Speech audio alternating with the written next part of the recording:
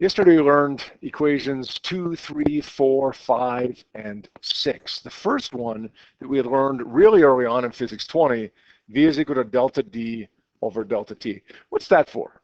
When am I allowed to use V is equal to delta D over delta T in order to solve a problem? Taylor, was your hand going up there? Yeah, when I got a constant velocity, or if I'm looking for an average velocity. Sometimes I call this equation my group A equation.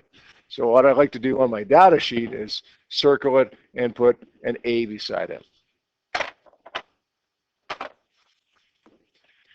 Now, I've also got a number of other equations that I learned over the last couple of days. Those are what we call my acceleration equations. It doesn't mean that we have acceleration given to us, or even that we're looking for acceleration. It's just that I can use them whenever an object is speeding up or slowing down. In no particular order, we've got D is equal to VIT plus 1/2 AT squared. We've got D is equal to VFT, be careful with this, minus 1/2 AT squared. Of course, we've got missed the most obvious one, the simplest one. A is equal to delta V over delta T. And we've also got VF squared is equal to VI squared plus 2AD. And of course, we've got the last one, D is equal to VI plus VF over 2 times T. These are what I call my group B equations. Group A, constant velocity, average velocity. Group B, those are going to be used for acceleration when an object is speeding up or slowing down. Just a couple of little things here with my group B equations, because there are a couple of things that can lead to a little bit of confusion here. First of all, I want to ask you what VI stands for in this equation. Bruce? Good, it's initial velocity. What does VF stand for in this equation? Go ahead. That's final velocity. What does VI stand for in this equation? Ready? In this equation right here? No. That one's going to be initial velocity. And this one's going to be final velocity. What does VI stand for right here?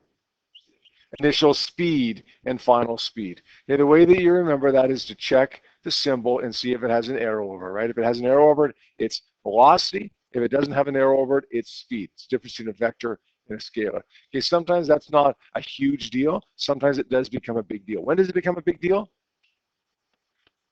When does the difference between speed and velocity, other than the direction, become a big deal, Kessler? Yeah, when you're changing a direction, right? When you're not having just a straight line, but you're changing direction. All right, so the strategy for solving these problems is, first of all, to identify what's going on. What's going on in the problem? Is it acceleration? Is it constant velocity? And then what group of equations am I allowed to use, group A or group B? And then once you've done that, write down your givens. Remember what I said yesterday, guys. You don't ever, as long as you pick from the right group of equations, you don't ever need to worry about picking the wrong equation. Okay, we did a perfect example of that yesterday. I think it was Kessler picked an equation to use for solving a problem where we could have just used A is equal to delta V over delta T. He picked another one. That was fine. We didn't get the answer from that equation, but in conjunction with another equation, we did get the answer. Okay? We ended up getting the answer. Worst case scenario is we don't get the answer, but at least we're going to know it, that we don't get the answer. So the worst case scenario is you don't get that answer and you got to try another equation. No big deal. What's not going to happen to you is that you're not going to get the wrong answer. As long as you do everything properly, rearrange properly, you're not going to get the wrong answer. So you don't have to have any fear. If you're one of those people that's like, I don't know, I never know which one to use. I never know which equation to use. As long as you pick it from the right group of equations, A or B, you don't need to worry about that. You don't have to know which one to use as long as you're picking from the right group. All right? We had 2 questions for homework last night on page 48. I'd like to go over at least one of those questions. I'm thinking at least question number 2. Is there any issues with question number 1 that we'd like to go over as well? Anybody want to go over number 1? No? All right, we're going to definitely go over number 2, though.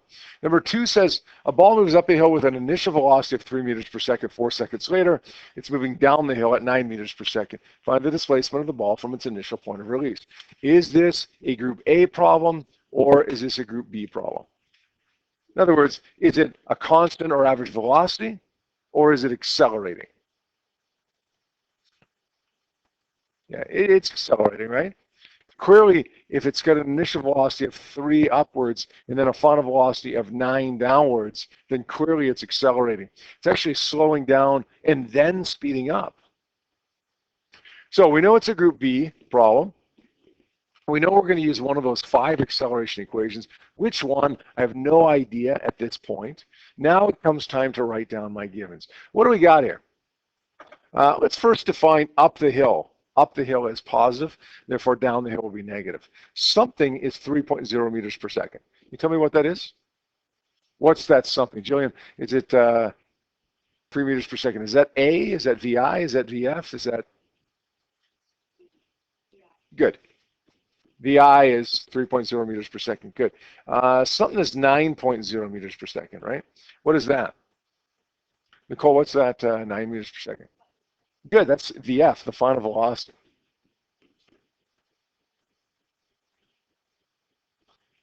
If I have this odd pause right now, waiting for Kessler to tell me something. Waiting for Kessler to tell me, or for somebody to tell me that that should be a negative value. Why should that be a negative value? Not only why is that a negative value? Good, down the hill, right? We defined up as positive, down is going to be negative. What do we got here? 4 seconds later, that's a time interval. And we want to find the displacement of the ball from its initial point of release. So what are you going to do here? 5 equations, right? The I, the F, T, and even though we don't have D, we can kind of count that, right? Because that's one of the variables that we're dealing with here. The I, the F, T, and D. Which one do you want to try from my list of group B equations? Which one do you want to try here? Yeah, that's the one I would use too. I think that's going to be the most efficient one. Anybody, sorry, dividing it by the wrong thing here. There's other ones that can work, right? No more that are as efficient as this one, but there's other ones that will work here. I'm going to do this one because it's the most efficient one. We know what VI is, 3.0 meters per second. We add to that negative 9.0 meters per second. Don't forget that negative sign, right?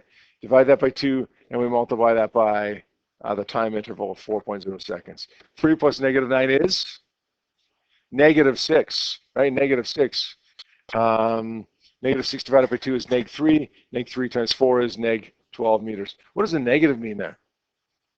It means it's down the hill, right? It means it ends up below where it started. It goes higher than where it started, but we don't really care about that. What we care about is the final displacement. So it's going up the hill. It's going up the hill, going up the hill. This is my initial position. Keeps going up the hill, stops, and then comes back down the hill, and it ends up down here somewhere below where it started. Right? How many people got that? 12 meters. Good. Good. You guys are doing okay then, I think. All right, let's do another one, and then we'll give you some time to work. Etch desk here. This one is page 50, 1.14. A golf ball that's initially traveling at 25 meters per second hits a sand trap and slows down with an acceleration of negative 20 meters per second squared. Find its displacement after 2.0 seconds.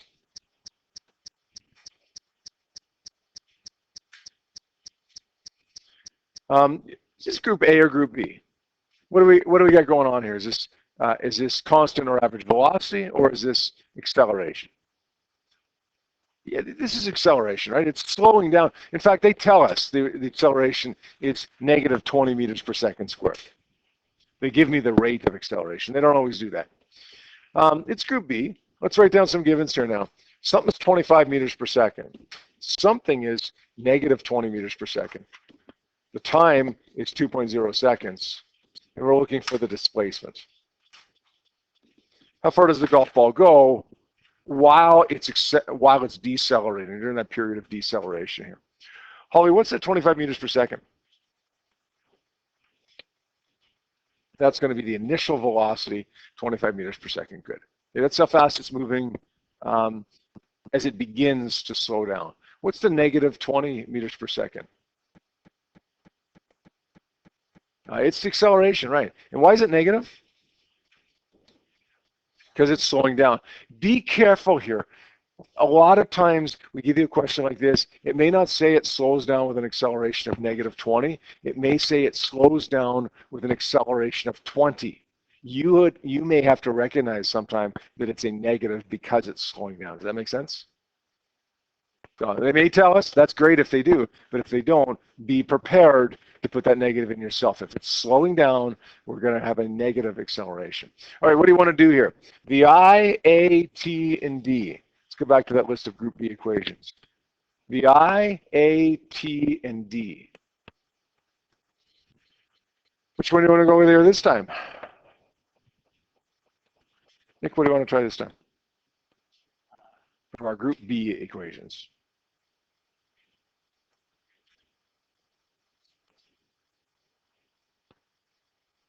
This one here? Okay. VIT plus 1 FET squared. Yeah, you know what? I think that's going to work the best too. I'm looking for D. I've got VI. I've got T. I've got A. I've got D. That works fine, right? Is there another one that'll work too? I'm sure there is. But this is the most efficient one. So let's go with that one first. If you didn't catch that, that's okay. Pick another one and see what happens.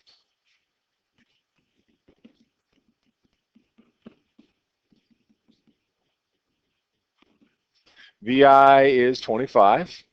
T is 2.0.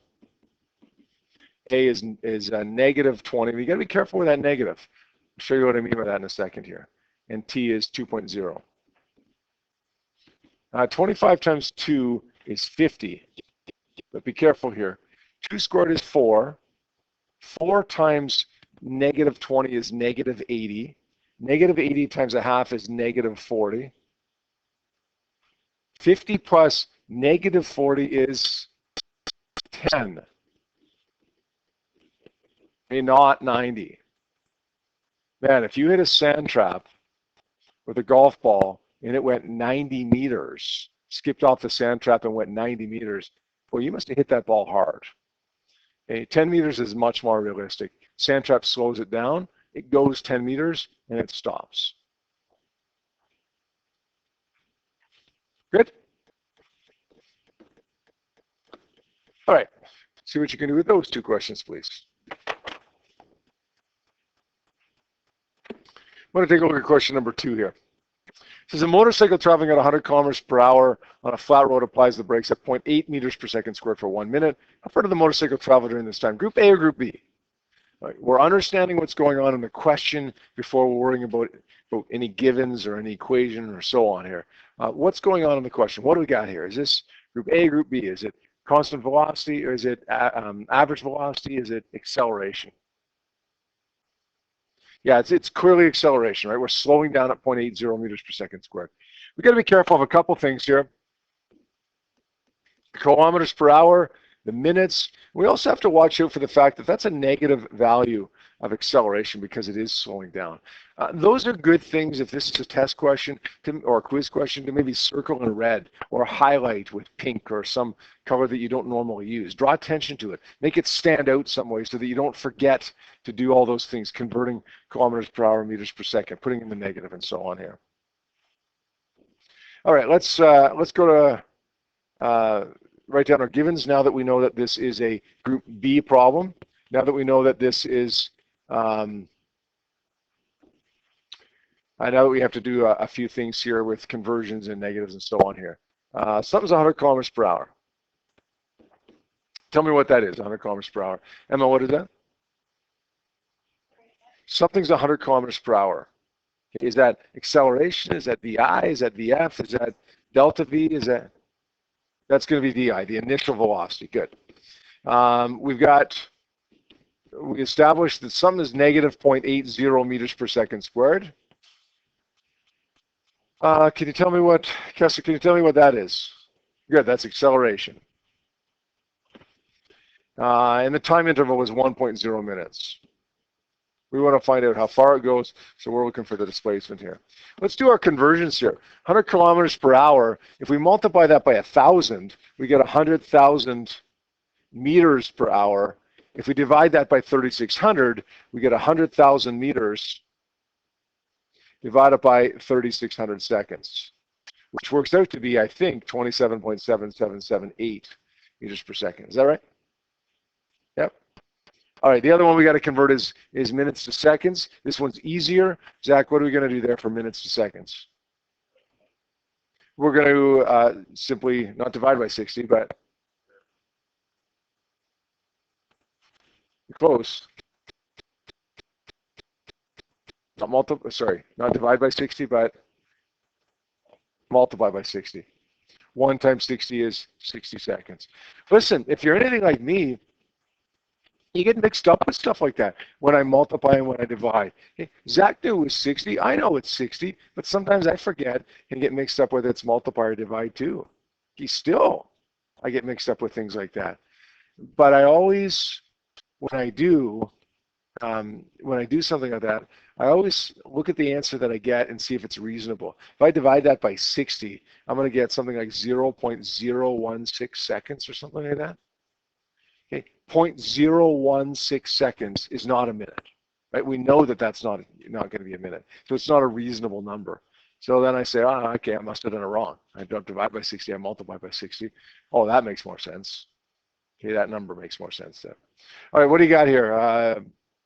You want to try this one? Again, same one you used for A, VIT plus 1/2 AT squared.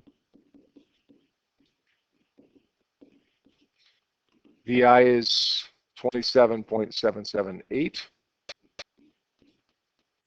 times 60. And be careful here. Again, the negative.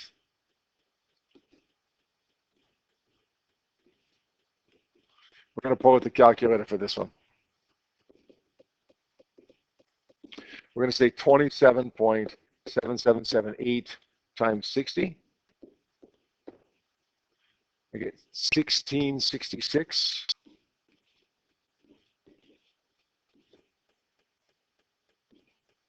And then I'm going to add 0.5 times negative 0.8 times 60 squared. That's going to give me negative 1440.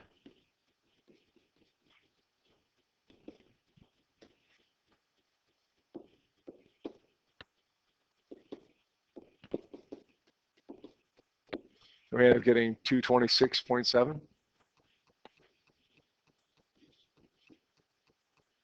How many digits should I round that to?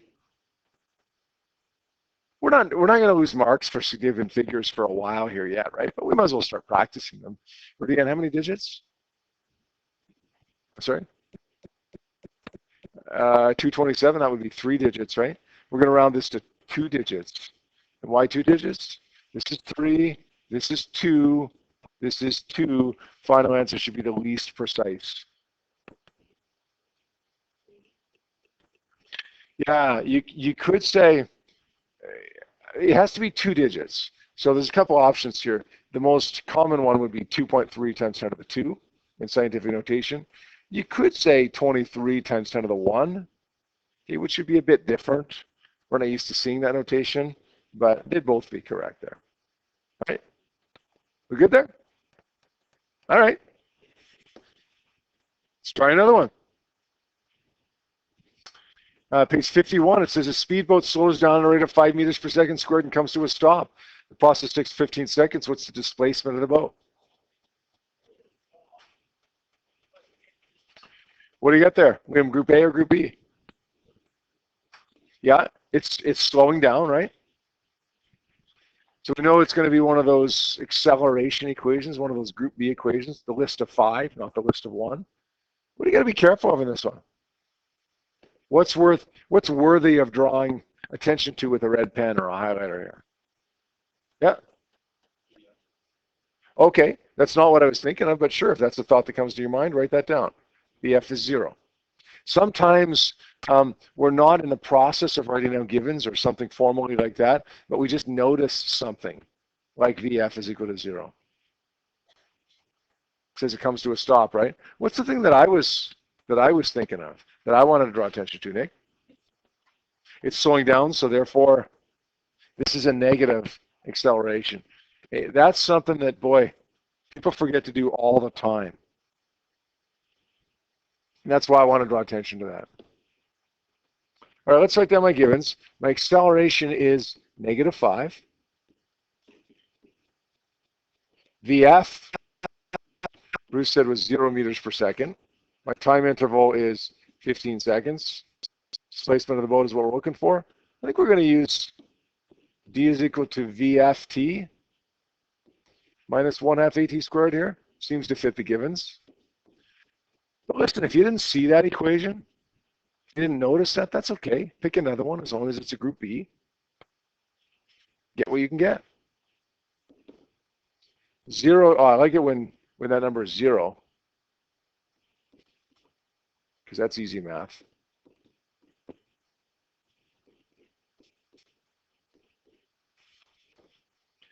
Zero times 15 is 0.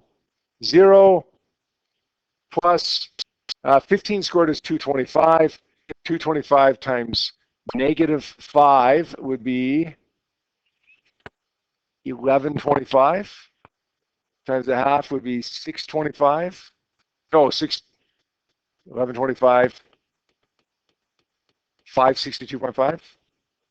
-562.5.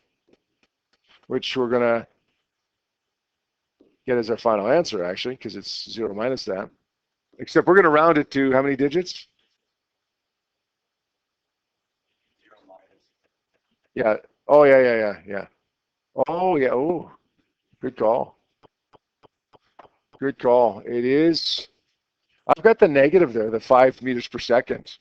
The -5 meters per second squared. But it should be 0 minus -562.5, right? Which makes negative times a negative is a positive. So it's positive 562.5. I mean, I probably would have caught that at the end. Not necessarily, but probably would have caught it at the end because, like I say, in my mind, I always want to check to see if an answer is reasonable. Is it reasonable to get a negative displacement when you're moving forward?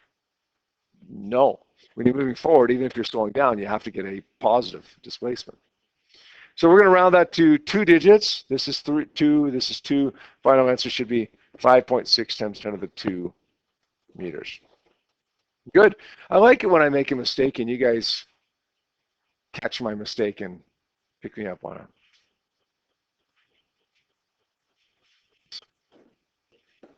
Let's try these ones, please, on page 51. So we'll look at number 1. Number 1 says if the arresting device on an aircraft carrier stops the plane on 150 meters with an acceleration of -15, find the time that it takes the plane to stop.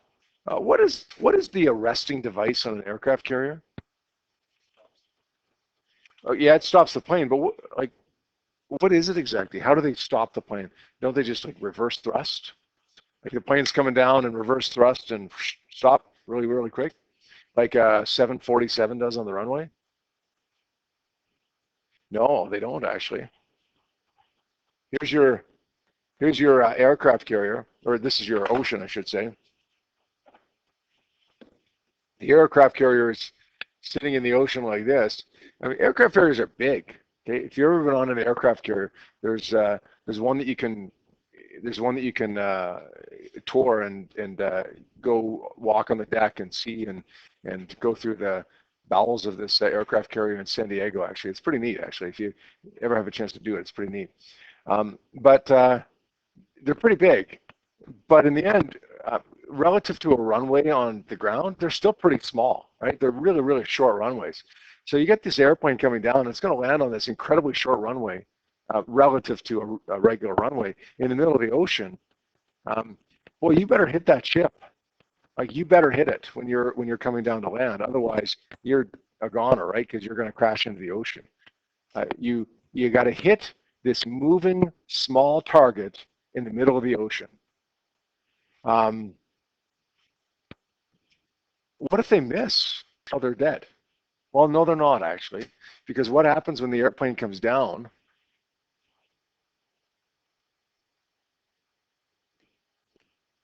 the airplane's coming down to land, instead of reverse thrusting to slow down and stop on this really, really short runway, they actually give her.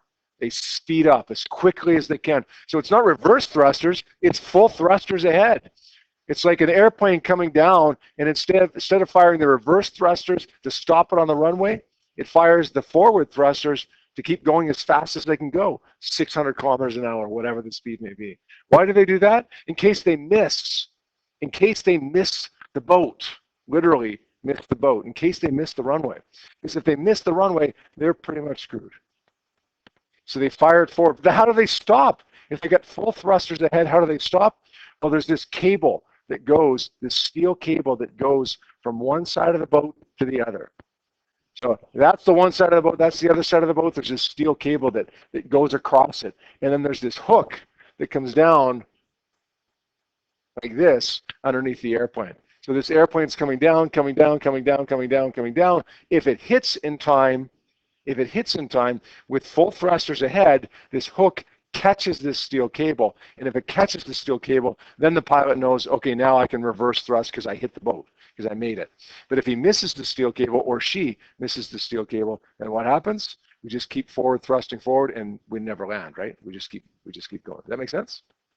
That's the arresting device on an aircraft carrier. All right, now that you've had your little lesson in pilot school, now that you can officially land an airplane on an aircraft carrier with that little lesson, let's actually solve the problem here. What do we got going on here? It looks like it's a group B problem, right? It looks like it's slowing down.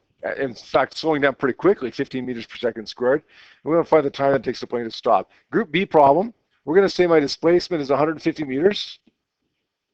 We're going to say the acceleration is negative 15. They give me a bit of a break here by telling me that it's negative. Okay, sometimes they might just say it slows down at 15, and you got to recognize that it's negative.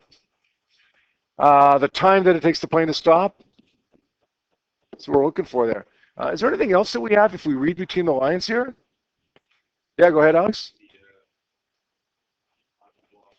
Good.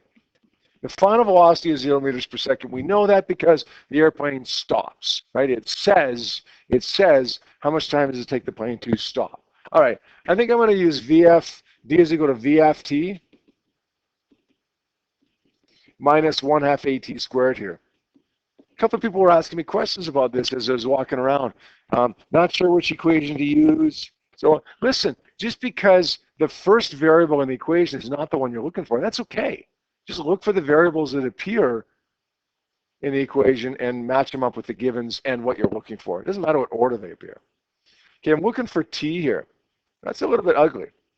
The good news is VF times T is 0. 0 times anything, whatever T is 0. That makes life easier for me because that turns my equation into this.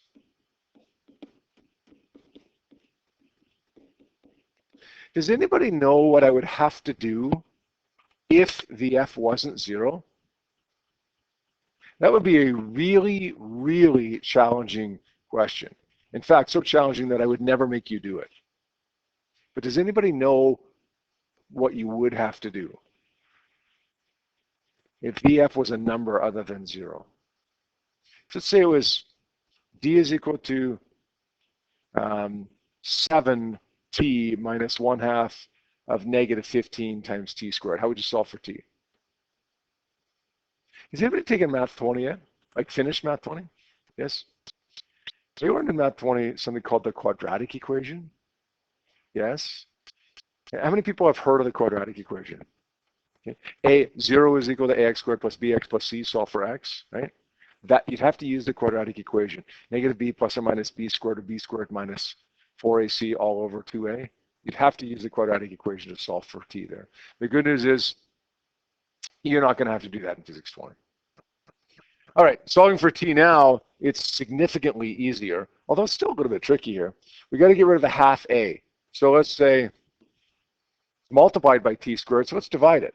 D divided by negative a half a equals T squared. Really, I'm dividing the right side by that as well, but I just didn't show that. Okay, the effect of it is that it goes over to the bottom on the left-hand side.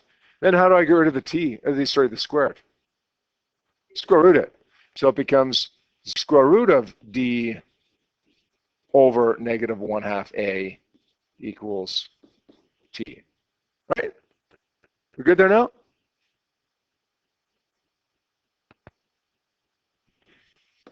All right, let's take a look at question number 2. This one,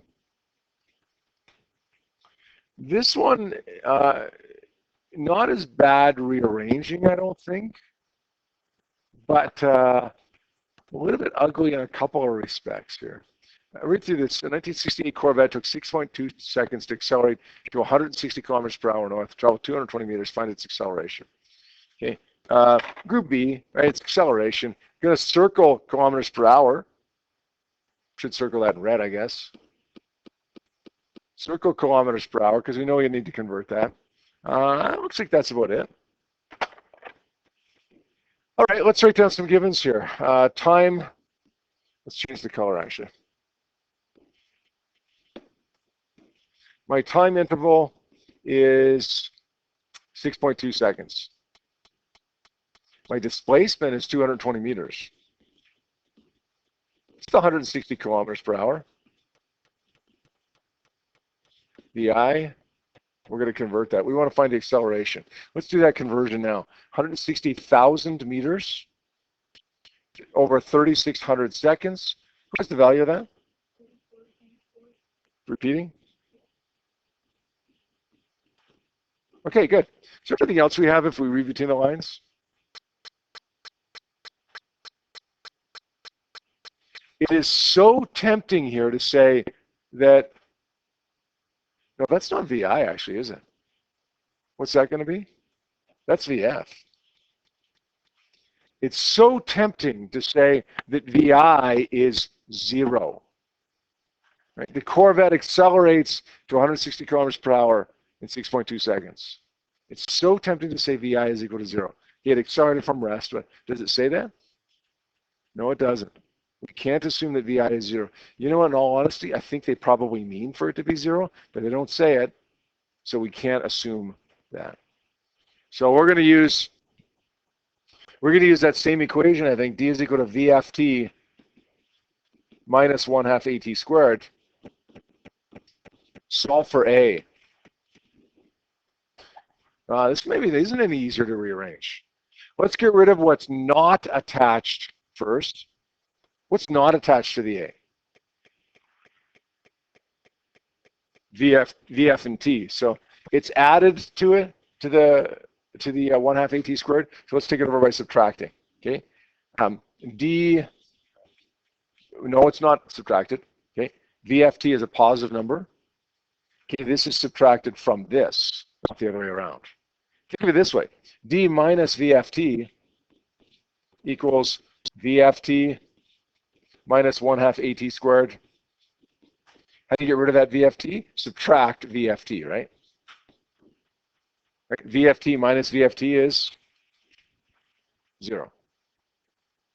Make sense? Got to make it negative on the left side because it's a positive on the right side. So there we go. D minus VFT equals negative 1/2 AT squared. Let's just simplify this a little bit. Now we want to solve for A. Let's get rid of the half and the T squared. They're multiplied by A, so let's get rid of them by dividing. Take them over to the other side by dividing. D minus VFT over negative 1/2 of T squared. Now, really, I'm dividing that side by 1/2 T squared as well. I'm just not showing that work there. Equals A. Now, I think I want to plug my numbers into this one because this one is really ugly here. D 220 minus 44.44. There's a time of 6.2. Where is it? Ever ugly. Let's get the number on the top first. Let's say 220 minus, use some brackets here, 44.444 times 6.2, end the bracket. Okay, there's a number on the top. Let's divide that by, use some brackets on the bottom, 0.5 times negative 0.5 times 6.2 squared, 2.89.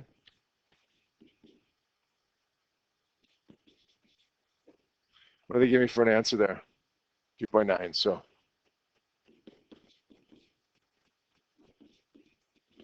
there we go. How many people got that? Good for you. Good. All right, tell you what. That's it. That's it for today. You guys had a couple questions for homework last night. You guys have worked hard today, so we'll give you a bit of a break tonight and not give you any homework on this. All right?